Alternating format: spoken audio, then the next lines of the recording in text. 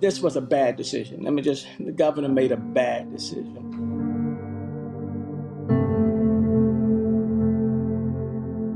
So all over Texas, business owners will have to decide between opening without restrictions or putting themselves and their employees in danger of harassment, attack, or even getting COVID, quite frankly. Is Governor Abbott putting them in this bad spot?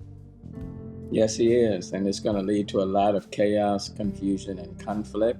You're going to have a large segment of the population, for example, that want their mask to be on, and then you're going to have another group that don't want to place the mask on. And then if you go into grocery stores or restaurants or other business establishments, that only will lead to chaos and conflict and confusion. And then there will be many, many people like myself who don't want you to be around me if you don't have a mask on, okay? Yeah. Now, your freedom ends when my liberties are cut or restricted. And this is still a serious situation. The virus is still prevalent. And I don't know what the governor was thinking.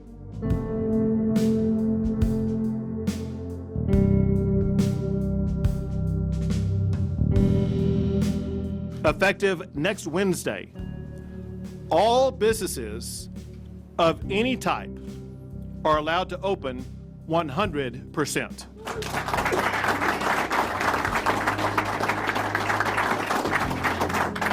That includes any type of entity in Texas. Also, I am ending the statewide mask mandate.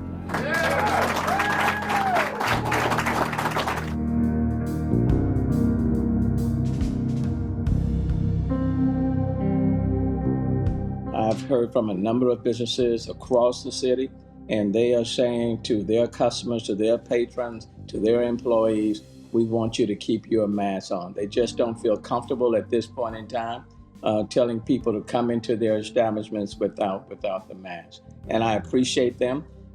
Houston Zoo, for example, the museums, they're all saying that they still will require masks, and I applaud them for that.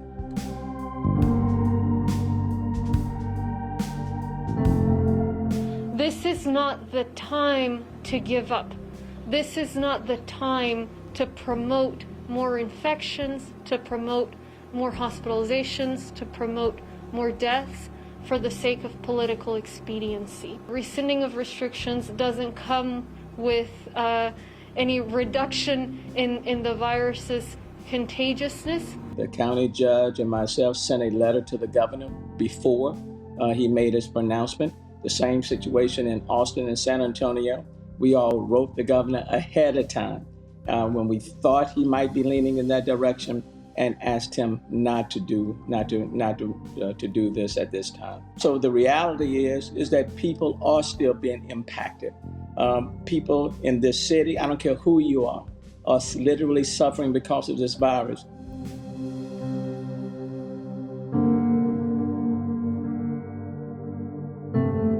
What about those individuals, for example, below the age of 65, don't have any chronic health conditions, showing up at bars and clubs and restaurants that are now being given permission to be open at 100%, and they are jammed in there, and they don't even have their masks on, and they're leaving these establishments and going someplace else.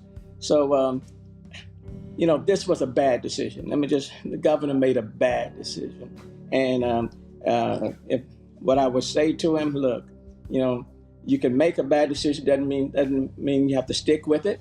I would certainly encourage him, not as in a political way, but simply encourage him to reverse course. There's nothing wrong with reversing course and backing up and changing your mind.